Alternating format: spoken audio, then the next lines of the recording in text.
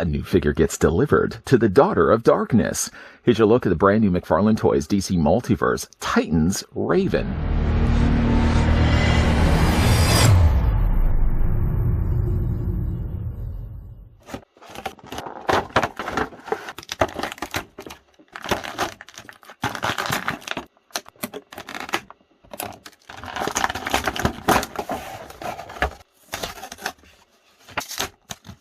Born Rachel Roth to a human mother and a demonic father, Raven's entire life has been a balancing act between the light and the darkness. Unwilling to succumb to the demonic heritage, she's trained tirelessly to control and master her emotions, study the mystical arts, and become a hero despite whatever destiny the demonic magic in her blood had intended for her. But demons aren't not so easily abated, and the persistent threat of her father constantly looms over her and whatever team of heroes she's been a part of. Demonic destinies aside, before we get a closer look at Raven, who happens to also be the last figure that we're going to be looking at before we finally complete Build-A-Figure Beast Boy. But she is the last figure that we're going to be looking at of this 4-figure wave. And while I'm going to go ahead and measure off the top of the figure's head, I'd also like to thank the folks over at McFarlane Toys, who have come through and provided all the samples that we've been looking at over the last little while. Raven stands 6 3/4 of an inch tall, I would say, and that works out to be a figure that's about 17 centimeters in height. Backtracking just a bit to bring in some of the other earlier looked at figures, here's what she looks like along with Donna Troy. And clearly you can see that Raven's going to be the shorter of the two figures. That unfortunately won't be changing. Here's what she also looks like with Arsenal, still the shortest figure. And sadly to say, that won't also be changing when we bring in the leader. Here's what she also looks like with Nightwing. Raven clearly is the shortest of the 4 figures, and that's not obviously going to be changing when we complete the Build-A-Figure Beast Boy, something that we have been making some progress with over the last 3 earlier looked at reviews. Now in the final stretch, though, having a look at Raven finally gives us the final pieces that we needed to build ourselves Beast Boy. In this case, she actually comes included with a pair of fists. The fists themselves, you get a closed fist, and then you also get yourself a mauling hand. What's rather interesting, though, about the mauling hand is you can see that Beast Boy does have sharp fingernails. And yet, for the closed fist, it looks like he actually trimmed his thumbnail. I found that was rather interesting. We're going to go ahead and add that to Beast Boy. The other thing, of course, she comes included with as well is the head sculpt, providing it can actually focus. And what a cool looking Beast Boy it is. If, again, you don't like the idea of a full-size Beast Boy being as big as he is, I think there is also going to be a gold label edition Beast Boy that's actually going to be a little bit more in scale with the other Teen Titans, or the other Titans. Let's go ahead, though, and bring in Beast Boy from where we've left things off. We're going to first grab onto the hands. The hands actually, look at the size of the pegs that you have to work with. They almost kind of look like mushroom pegs. But we're going to go ahead and plug in one of them on the one side. And if, again, you don't succeed to do this, you can also heat these in hot water. That seemed to be okay. And let's try to do the exact same thing on the other side. Just plug that in. The fur of Beast Boy is digging into my own flesh. But anyways, let's just push that all the way in. I think I might actually have to take another pass at that. But let's go ahead and then grab the head. I want to at least say I've actually completed this guy in this review. Yeah, okay, so I'm going to probably have to heat this one up just a little bit. The head doesn't seem to fit properly onto the neck post. But again, I'm just going to not even take a hot water bath. Not me, the Beast Boy figure, but I might even just take a few passes with the hairdryer just to soften up the plastic just a little bit so I can actually pop the head in place. I'm going to do that with the head. Going to also do that with the fist. And then we're going to look at Beast Boy in a separate review, so stay tuned for that. On to then the figure's accessories. Not that you would necessarily consider this an accessory, but Raven comes included with a display stand. The display stand, once again, has DC logo printed down below here. And then, again, one peg that's going to plug onto the underside of either one of her feet. Not both. Either one. You have to choose. So we're going to put that to the side. The figure also comes included with a trading card. And again, trading card, it actually looks more like it's pulled from a cartoon and less necessarily from a comic. But still, it's not figure photography. And I love that consistently they've been really releasing these figures with trading cards that actually have source material and not figure photography. I hope, again, that trend continues. On the back, again, real name is Rachel Roth, and you got yourself a paragraph read. You can pause and read for yourself. Got it? Let me just also whisper in your ear. I read the same thing at the beginning of this review as well. So you don't even have to pause it. No, you don't. No, you don't. You don't have to pause it. I read it at the beginning. Okay, so let's move that to the side. Let's not be silly about the whole thing. Figure comes included. I like these. Figure comes included with these energy constructs. These sort of spell casting hands. And you're thinking to yourself, well, those aren't hands. Well, technically they are. If you look at them, the bottom actually does have an outlined shape of a hand. There's thumbs, a couple of fingers, you'd probably be able to see. These don't actually fit over top of her existing hands. So what you have to do instead, these tiny little hands that she has on the ends of her forearms, just yank them off. well, don't be so violent while doing it. Remove them carefully from the pegs because you don't want to lose them either. Take them off. Because again, like when you look at them, they won't fit over. If you look at them, they're actually just a little tiny hole. So they're not going to fit over top of her existing hands. It's not going to work that way. So what you have to do is you have to remove these, put them to the side, and then you're going to take the posts, at least what's left of the forearms, and then you're going to fit them into the holes here. There is, I suppose, a specific way. Like if you kind of look at this, it does kind of look like there's a thumb sticking out here on this one side. So of course that's going to go on this side. And then you're going to go ahead and do the exact same thing then on the other side. And again, like it kind of looks like a thumb. I suppose it doesn't really matter. If you wanted to have it the opposite way, you could have it the opposite way, I guess, if you wanted to. The thing about it, though, here's the thing. Once you plug it in place, for all intensive purposes, it does actually look like she has spell hands. The thing, unfortunately, about it, though, is you have a peg right here.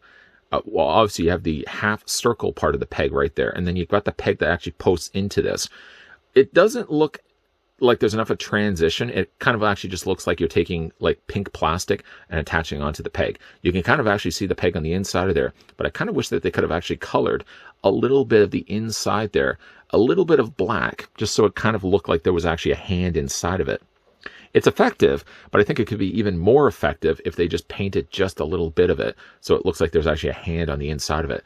It does give you a good effect, though. I like the look of it. It does add some necessary brightness to an otherwise very dark colored character. I'm going to remove these for right now, simply because I feel like they're going to get in the way of the rest of this review. Carefully as well, let's put the hands back in place because that's the last thing I really would want to lose. The hands are very small, though. I mean, just again, show you the tiny little hands. Could you imagine the gloves that poor Raven would have to buy for herself? She'd have to start shopping in the kids section. Anyways, for the head sculpt, I'm going to start things off first. I love the head sculpt here for Raven. The color is really quite good on here. It's sort of like an off purplish gray color that they've used for her face, and then adding a very much brighter color of pink that they've used for her eyes and outlining that nicely in black. Really does have a face that pops here on Raven. What I found was really nice to see is that she has her regular cloaked hood on her head. But if you actually take the time to peel this away, would you believe if I was to tell you that they actually did sculpt hair underneath it? Now, you may think to yourself, couldn't you just remove the hood? Unfortunately, you can't. The hood itself looks like it's only, well, first of all, it was really hard to remove the head from the ball joint. And I was risking the potential risk of actually breaking the peg, so I decided to leave it in place. But to look at it, it doesn't look like the hole would be big enough to actually fit it over top of her head. So you would have to kind of pry it away. But just to, as best as I can show you here in this review, just to bring the hood back just a little bit, because her hair is actually going to get in the way of things. The hood is made of softer plastic, so right away it's going to be a little bit easier. Carefully I say as I'm doing this very roughly, but you can actually see that they've sculpted the hair underneath, and it's finished all the way around. I think that's really cool, the fact that they would have actually taken the time to do that, because most people, obviously, when you think of Raven, tend to think of Raven with, of course, that little pointed hood that she has over top of her face. But I love the idea that they actually did sculpt hair underneath that. Very nicely done. I have a little bit of a splotch right there. It's this tiny little dot of paint. But other than that, like, the paint is really well handled here on the figure. The coloring for the figure is mostly kept to the dark blacks, the blues, and of course you got like various shades of blue. I like, first of all, the sculpting of the cape. It has, again, little points on the ends of it. The cape itself is actually fairly dense of plastic, but there's a little bit of give to it. And again, just to lift that up, you can see the way they've painted the belt.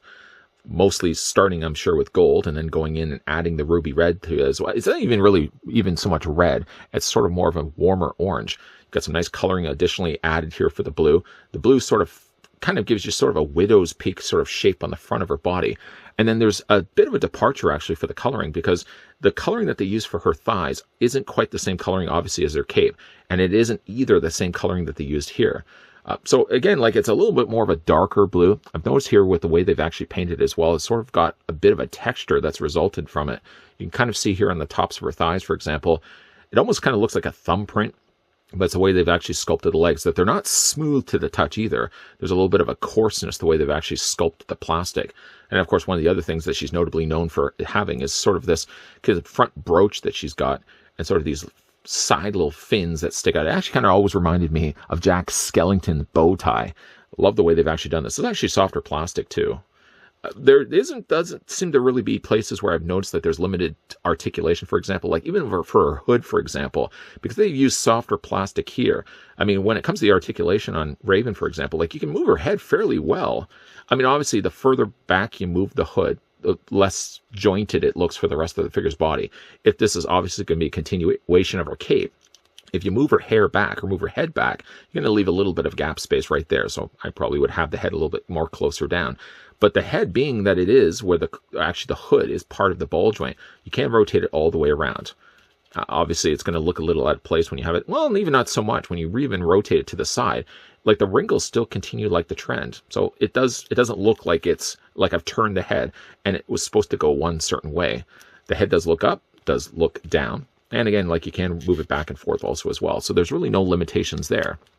Shoulders come out, I would say, at 90 degrees. You can take the arms of Raven and, well, for all intents and purposes, you'd be able to rotate them all the way around. But like the sculpting of the cape at the top sort of does limit a little bit of that. The figure does have a bicep swivel. And like all the other figures we looked at earlier, the figure also has a double hinge on the elbow, although the hinges here on Raven's arm are a little bit smaller than Donna Troy's. Hands rotate also all the way around. For the upper torso, let's get to that right now. Upper torso, once again, is on a very generous ball joint. I mean, look how much I'm actually able to do with the figure here. You have it looking down, again up, and again rocking back and forth. But in addition to that, just at the section just above the belt, she also has a secondary ball joint where the abdomen attaches to the rest of the waist. Legs do split out, once again, relying on ratcheted joints. You can take those legs and move them forward. You can move them back. There's a mild swivel at the top of the thigh. Double hinge, once again, on the knee. And articulation where it counts, up at the top of the ankle, where you can also rock it back and forth. And Raven, as small as her feet may be, also still possesses toe articulation as well. All in all, great looking figure. The gimmick works, I think, fairly well. Again, the only thing I would probably have said when it comes to like the spell constructions, the spell pieces that you can add onto the hands. And again, it's not even so much the fact that you're adding it onto the existing hands. You kind of have to pop the hands off and you have to replace it with these. The only thing, again, I probably will end up doing is maybe just taking a little bit of dark paint and just like darkening this section right here. So it looks like it's kind of a continuation from the peg. Because like you see the peg sticking in there, but you don't see any other bit of the hand. And I think with a hand being encased in a spell like this, I feel like you would see at least an outline of a hand on the inside of it. But I think it's smart the fact that they actually included these. Definitely a different way to be displaying the figure. Speaking of displaying the figure, let's bring in the other figures once again. The other earlier looked at Teen Titans. There's what she looks like with Donna Troy. Here's what she looks like with Nightwing. And here's what she also looks like with Arsenal. The only figure we still have yet to look at is the Build-A-Figure Beast Boy, who we have made some progress. We've now completed Beast Boy, in fact. We will be looking at him in a separate review. I think when it comes to actually the figures themselves, I have bounced back and forth between my personal favorites. At one point I said Donna Troy. I said at one point Raven was my favorite. I think one thing I will say, though, while I'm sort of back and forth between deciding which one I actually like the most, I think the ladies actually have won this one. While I do like the look of Nightwing, and I like the look of Arsenal, I think the ladies are really where it's at when it comes to the sculpting. Both Raven and Donna Troy that we looked at earlier are my two favorite figures from this 4-figure wave. Having had some time to stew this one over, I've actually come to the conclusion now that Raven is my favorite figure. I bounce back and forth between this one and Donna Troy, but I think a lot of Donna Troy's appeal was more in her head sculpt. While the sculpting of her body was good and the paint was good there too, head to toe, I think Raven delivers a better overall figure. I mean, the amount of detail that they put into the figure, not to mention as well the coloring, I like it as well. Even though the hands don't work 100%, the very idea at least that you can actually pop the hands out and replace it out with those spell hands, I think quite work well, and it gives a little bit more shelf appeal when it comes to Raven. Speaking of also appeal, one thing I really like that this figure does actually have is the means to pull back the hood. I didn't do it 100% in this review for the fear that the plastic was way too soft and I would have actually warped the actual hood. I think what you could probably also do too, even though I didn't do it in this review, you probably could heat the head just a little bit so it would be a lot easier to obviously pop it off the ball joint. And instead of trying to fit it out from the bottom, you probably would be able to feed a Raven's face out through the front of the hood if you wanted to have her displayed without it.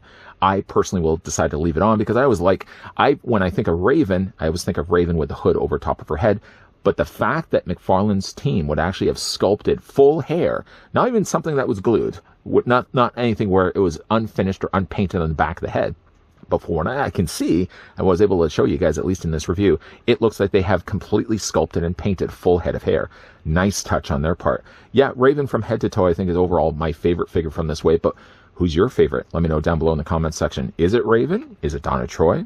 Is it even Arsenal or Nightwing? Let me know down below in the comments section which your favorite figure was from the Titans wave. Of course, we have looked at all 4 figures. Still one left video to do, and that of course is the Build-A-Figure Beast Boy, which will be coming up shortly. Making sure, of course, that you're not missing out on anything that's coming up on this channel. Making sure, if first of all, you like this video, why not throw it a like? But if you want to stick around and certainly want to see my thoughts, my opinions, my views on when it comes to the Build-A-Figure Beast Boy, certainly stick around by hitting that subscribe button down below, and certainly stick around by turning on the bell notification. And as always, guys, thanks for watching. See you guys next time.